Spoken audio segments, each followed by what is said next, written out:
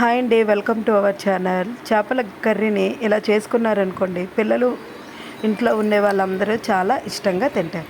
First చేపల్ని పులుసులు లేకుండా శుభ్రంగా కడుక్కొని పక్కన పెట్టుకోవాలి. తర్వాత ఉల్లిపాయలని, టమాటాలని, అల్లం తెల్లుల్లిని కూడా తొక్క తీసుకొని ఉంచుకోవాలి. అలానే మిక్సీ జార్ తీసుకొని దాంట్లో ఉల్లిపాయలని, టమాటా ముక్కలని కూడా వేసుకొని చక్కగా దాన్ని అల్లం తెల్లుల్లి కూడా వేసుకొని చక్కగా వాటిని గ్రైండ్ చేసుకోవాలి.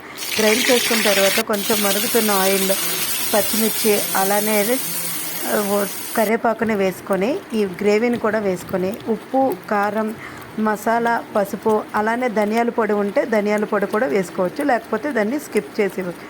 అలా వీటిని మొత్తాన్ని వేసుకున్న తర్వాత ఒక 5 నిమిషాల పాటు అలా ఉడికించుకోవాలన్నమాట. ఆ గ్రేవీ పైన ఆయిల్ అనేది తేలుతుందన్నమాట. వీడియోలో చూపించినట్టుగా ఆయిల్ తేలిన తర్వాత చేపలను వేసుకోవాలి. చేపలను వేసుకున్న తర్వాత ఒక 5 నుండి 10 నిమిషాల పాటు ఉడికిన తర్వాత చేప ముక్కలపై ఆ గ్రేవీ కర్రీ పైన ఆయిల్ తేలుతుందన్నమాట. ఆయిల్ తేలింది అంటే చేపల కర్రీ అనేది రెడీ అయిపోతుందన్నమాట.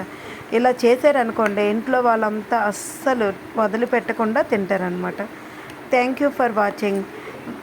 సబ్స్క్రైబ్ చేసుకోండి మై ఛానల్ని. Please subscribe my channel. Thank you for watching.